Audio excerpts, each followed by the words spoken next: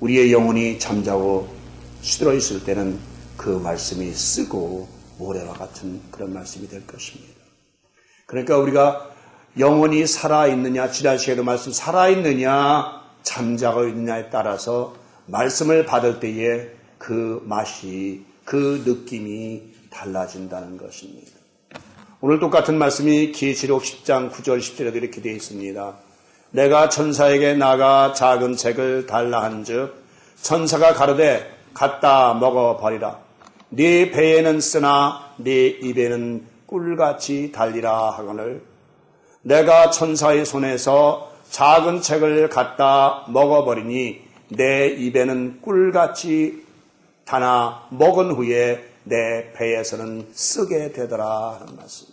과연 말씀드린 대로 여러분 하나님의 말씀이 정말 꿀송이 같이 닮을 우리가 느낄 수 있는지는, 그러나 전하는 자나 듣는 자가 모두가 하나님 안에 있을 때에, 성령 안에 있을 때에 그것은 느껴질 줄 믿습니다. 여러분이 어렸을 때에 물론 지금 이 LA는 꿀이 많습니다만 어렸을 때에 혹시 호박꽃을 따면, 시골 호박꽃을 따면 거기서 아침에 꿀이 나옵니다. 달콤한 꿀이 나오는데 그 꿀이 아주 조금 나오지만 그 꿀이 참 그리고 여러분들이 그 꿀을 먹어보시면 모르겠지만 정말 석청이라는 거, 그 산에서 그 벌들이 자연으로 꿀을 만드는 그것을 먹어본 일이 있는지, 여러분들이 그 석청을 먹으면 정말 취합니다. 그래서 석청을 한 2숟갈, 5숟갈로 먹으면 술 먹은 것 같이 빙빙 취하고 돌고, 그리고 어떤 사람은 그걸 먹으면 눈이 밝아진다고 합니다. 그만큼 아주 꿀이 대단한 자극력이 있습니다. 바로 여기서 말씀하는 그 꿀, 송이꿀은 지금 우리가 그냥 재배해서 먹는 그런 송이꿀이 아니라 바로 자연적인 꿀, 석청, 산에서 나는 꿀. 그 꿀을 먹었을 때에 우리의 느낌, 또 우리의 육체적인 느낌, 우리의 모든 것이 달라진다는 말씀을 하고 있는 것입니다. 말씀을 받았을 때에 정말 꿀같이 달고 생수같이 시원한 그런 느낌과 그런 맛을 느낄 수 있느냐는 것은 말씀 여러 번 드렸지만 여러분의 영혼의 관계가 있습니다. 우리 많은 기독교인들은 내 영혼이 살아있느냐 죽어있느냐 아니 잠자고 있느냐도 제대로 알지 못하고 이 세상을 살고 있습니다. 저는 어제 저녁에 성경의 말씀을 통해서 가만히 묵상을 해보면서 과연 기독교의 진리가 무엇인가라는 것을 저 나름대로 이렇게 묵상을 해봤습니다.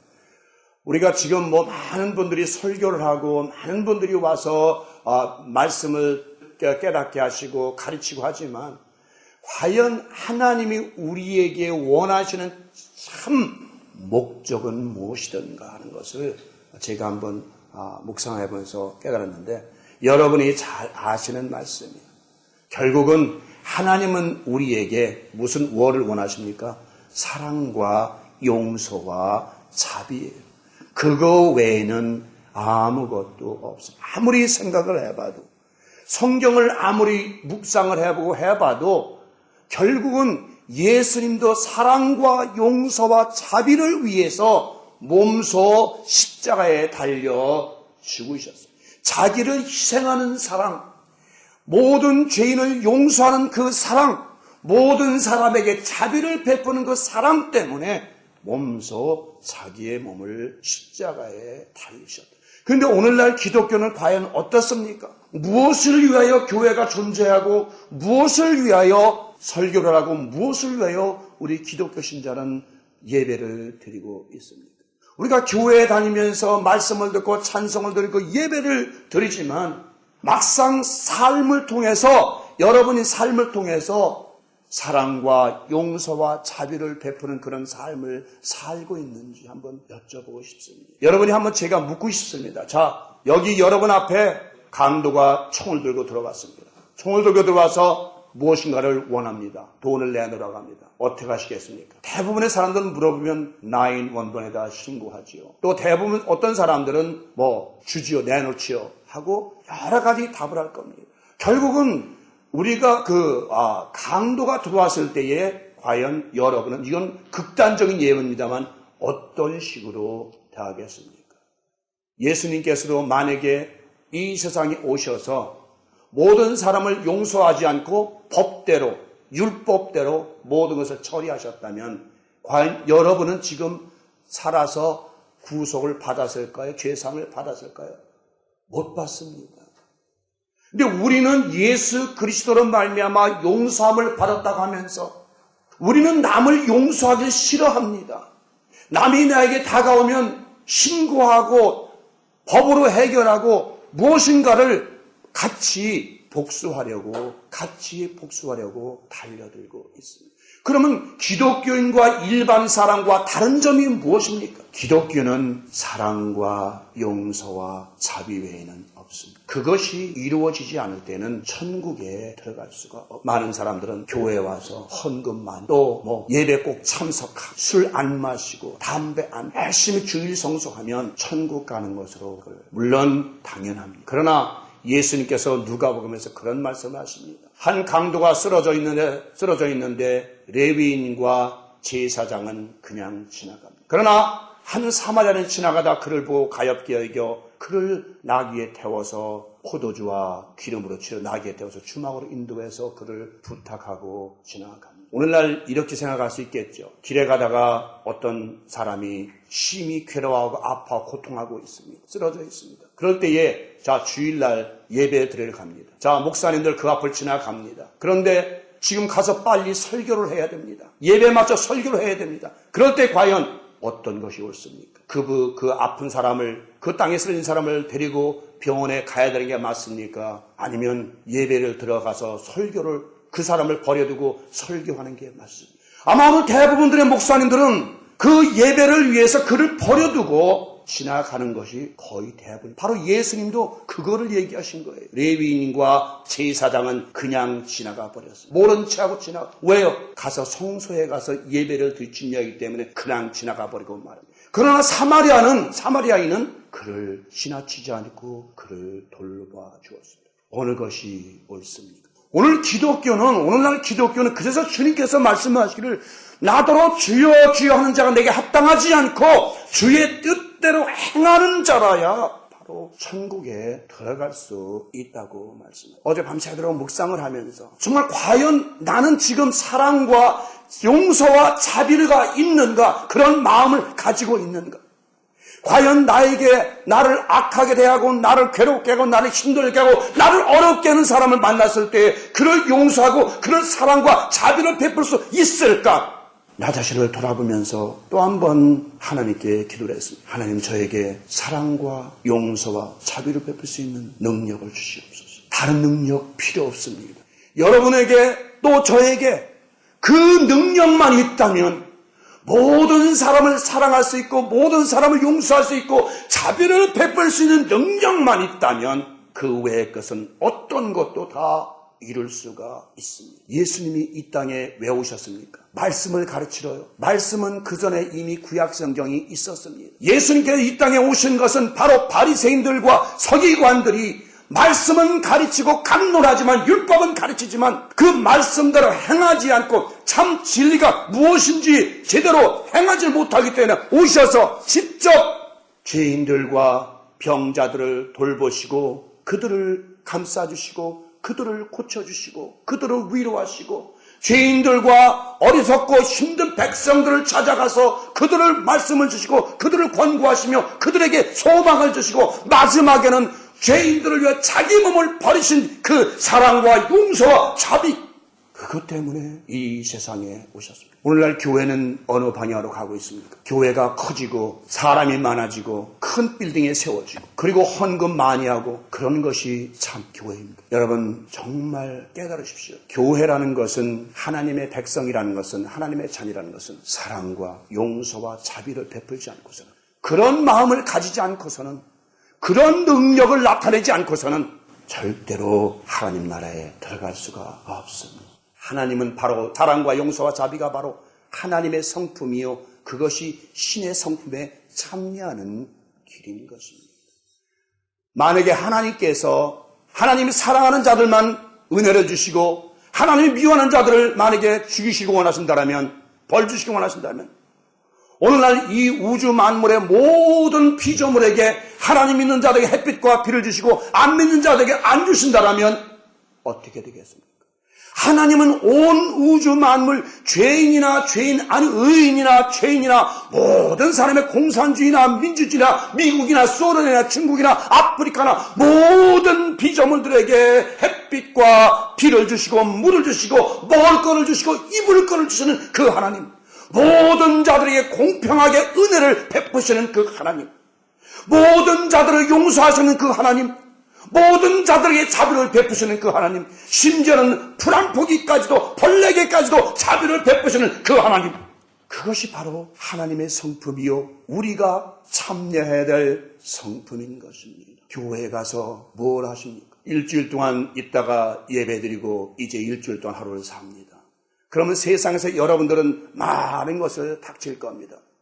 여러분들을 괴롭게 하고 여러분들을 힘들게 하고 여러분들을 어렵게 하는 사람들을, 그들을 대할 때에 저나 여러분은 과연 하나님께 들은 그 말씀, 하나님께서 말씀하신 그 말씀대로 그를 용서하고 그를 사랑하고 그에게 자비를 베풀 수 있는 마음이 있는지, 과연 이것이 없이는, 이 마음이 없이는, 이 능력이 없이는 아무것도 할 수가 없다는 것입니다. 그러나 여러분이 만약에 이 사랑과 용서와 자비의 능력이 있다면, 그 마음이 확실하게 있다면, 그런 성품에 참여할 수 있다면, 그런 하나님의 성품을 받을 수 있다면, 그렇게 하나님의 자녀가 될 수 있다면 여러분 그 외의 모든 것도 다 이룰 수가 있습니다. 예수님께서 이 땅에 오셔서 바다야 잠잠하라, 나사로야 나오라, 앉은 너희에게 일어서라, 죽은 손에게 달리다금 일어나라. 많은 사람들은 그것은 하나님의 아들이기에 할 수 있다고 생각합니다. 하나님의 아들에게 앞서서 예수님도 육신을 입고 이 땅에 오셨습니다. 우리 눈으로 보기에는 그분이나 우리나 별 다를 게 없었습니다. 그분도 먹고 마시고 우리처럼 화장실 가고 우리처럼 잠자야 되고 우리처럼 육신의 삶을 살아야 됐습니다. 그러나 그분 안에는 무한한 사랑과 무한한 용서와 무한한 자비의 능력이 있었던 것입니다. 어떤 사람도 사랑할 수 있고 어떤 사람도 용서할 수 있고 어떤 사람에게도 자비를 베풀 수 있는 그런 무한한 잠재력이, 하나님의 성품이, 하나님의 인격이 그 안에 있었던 것이에요. 그렇기 때문에 세상을 내가 이겼다라고 말합니다. 환난을 당하라 담대라, 내가 세상을 이겼다라고 말은 무엇으로요? 사랑으로 이겼다는 것입니다. 용서로 이겼다는 것이에요. 자비로 이겼다는 것이에요. 여러분, 오늘 이 말씀을 듣는 여러분이나 저나 이제 우리가 변화해야 될 것은, 여러분 이미 아는 말씀이에요. 여러분 들은 말씀이에요. 그러나 여러분 자신들이 정말 하나님 나라에 들어가려면, 지난번에 말씀드렸지만 하나님 낙원에 들어가려면 이 마음과 이 지혜를 가져야 됩니다. 저는 기도할 때 가끔 그런 기도를 합니다. 하나님, 제 안에 사랑의 등불이 환하게 켜지게 하여 주옵소서. 사랑의 등불이 꺼지지 말게 해주시옵시고, 지혜의 등불이 꺼지지 말게 해주시옵시고, 진리의 등불이 꺼지지 말게 해주옵소서. 내 마음에서 사랑의 등불이 꺼지고 지혜의 등불이, 진리의 등불이 꺼진다라면 내가 전하는 이 말씀은 아무런 생명이 없는 말씀이 되고 말 것입니다. 사랑하는 여러분, 정말 여러분이 정말 이 마음을 가졌을 때에, 하나님의 마음을 가졌을 때에, 하나님의 성품을 닮았을 때에 비로소 여러분이 말씀을 받을 때 그 말씀이 생수와 같이 느껴지고 또한 송이꿀처럼 단맛을 느낄 수가 있을 것입니다. 여러분, 정말이에요. 우리 기독교는 이 말씀, 이 진리 외에는 아무것도 없어요. 사랑과 용서와 자비 외에는 아무것도 없어요. 제가 어렸을 때는, 또 청년 때는 교회 가면 무슨 설교가 말씀하시냐면 목사님들이 주일 성수해라, 그리고 11조 잘 내라, 헌금만 잘 내라, 그리고 뭘 또 가르칩니까? 교회를 꼭 나와라. 근데 실질적으로 제가 교회 다닐 때도 그 사랑과 용서와 자유를 베푸는 법을 가르쳐 주지를 않았어요. 여러분, 다윗이 이렇게 고백을 합니다. 그 말씀이 정말 손골 같다고. 그 다윗은 하나님의 마음에 합한 자입니다. 그가 죄를 많이 졌고 그가 무도한 죄를 졌습니다. 여러분, 다윗 아시죠? 남의 부인을 빼앗았고 또 그것도 부족해서 그 남편을 전쟁에 몰아 죽였습니다. 그 외에도 많은 사람을 죽였습니다. 그러나 왜 그가 하나님의 마음에 합한 자라고 했을까요? 시편 19편 오늘 읽을 말씀입니다. 19편 9절 10절에 보니까 여호와를 경외하는 도는 정결하여 영원까지 이르고 여호와의 규례는 확실하여 다 의로우니 금 곧 많은 정금보다 더 사모할 것이며 꿀과 소니꿀보다 더 달다.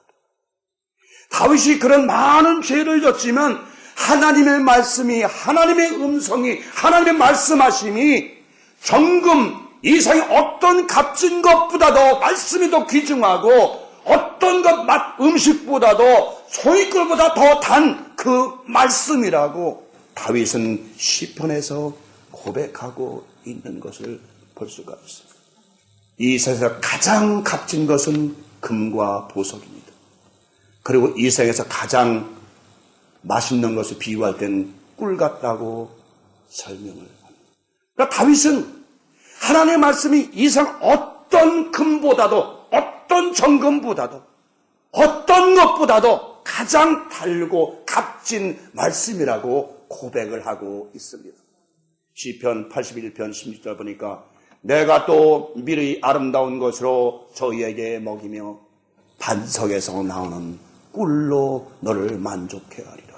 시편 119편 103절 보니까 주의 말씀의 맛이 내게 어찌 그리 단지요 내 입에 꿀보다 더하니이다. 주의 말씀의 맛이 어찌 그리 단지요 내 입에 꿀보다 더하니이다라고 고백을 하는 거예요. 이런 고백의 기도가, 이런 고백의 삶이, 여러분 삶의 고백이 여러분 속에서 나와야 되는 것이에요.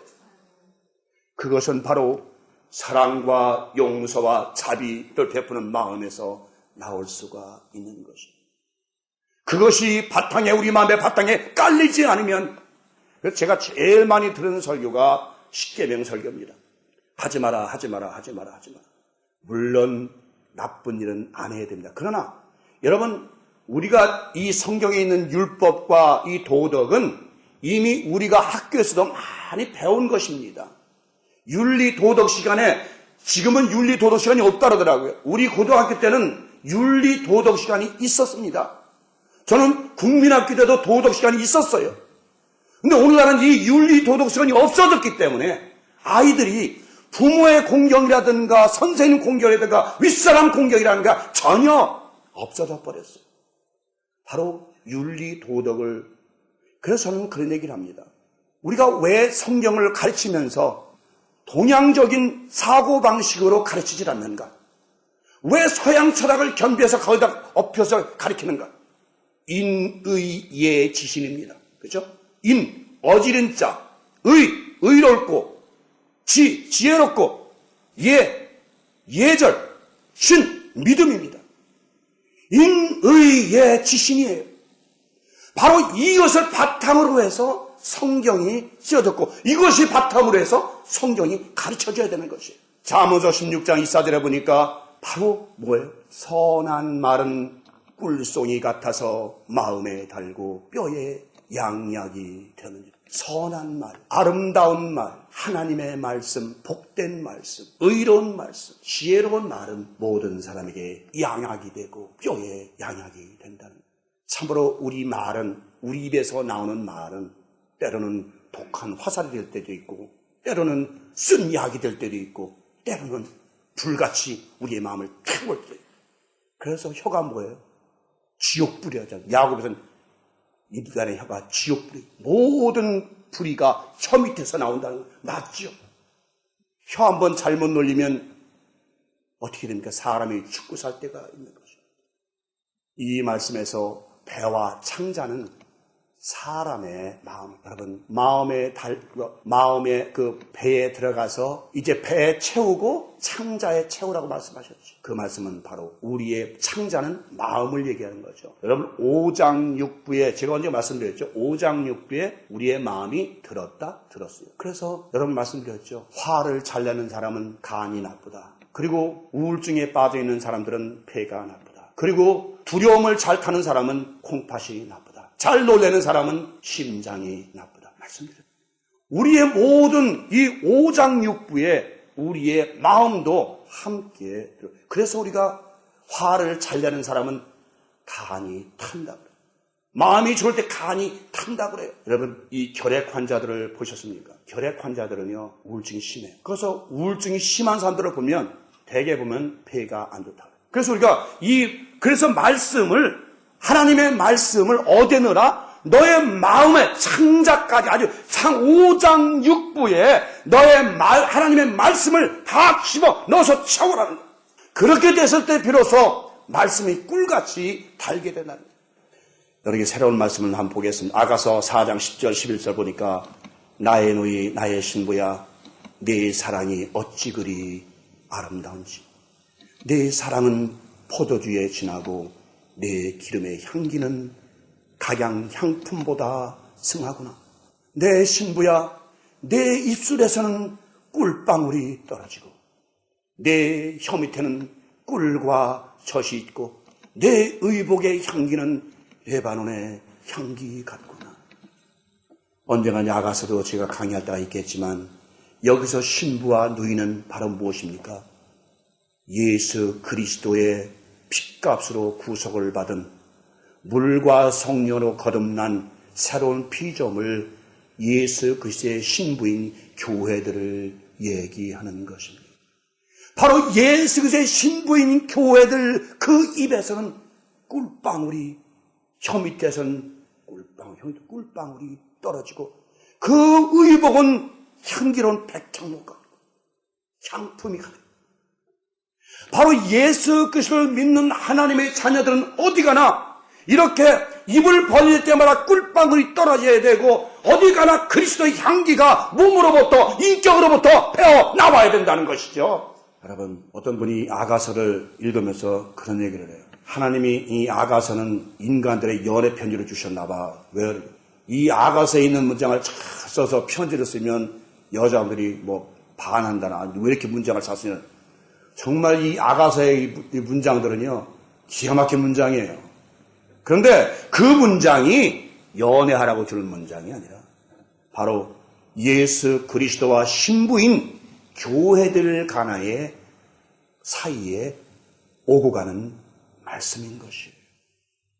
여기 신부, 누이, 이 모든 거 다시 말씀드리지만 물과 성이 완전히 거듭난 새로운 피조물. 그래서 사도 바울이 그런 얘기를 해요. 내가 너희를 정결한 처녀로 만들어 예수 그리스도께 숭배함이로다. 우리들을 정결한 처녀로 만든다는 건 뭐예요? 이제 완전한 처녀로 만들어서 우리의 모든 더러움을 다 벗어버려 씻겨놓고 새로운 피조물로 만들어서 예수 그리스도께 인도해서 정말 입에서 꿀방울이 뚝뚝 떨어지고 옷에서는 아름다운 향기가 넘치는 그런 그리스도의 신부를 만들어서 그리스도께 인도함이라고 말씀하시는 거예요. 여러분이 어딜 가서나 어딜 앉아도 이런 신부가 되어야 되고 이런 그리스도의 자녀가 되어야 되는 것이에요. 저는 이 아가서를 읽으면서 저 자신도 그래요. 아직 멀었구나. 내가 어딜 가서 정말 사람들과 앉았을 때에 이렇게 아름다운 향기를 품게 되면요, 벌나비는 모여들게 되어 있어요.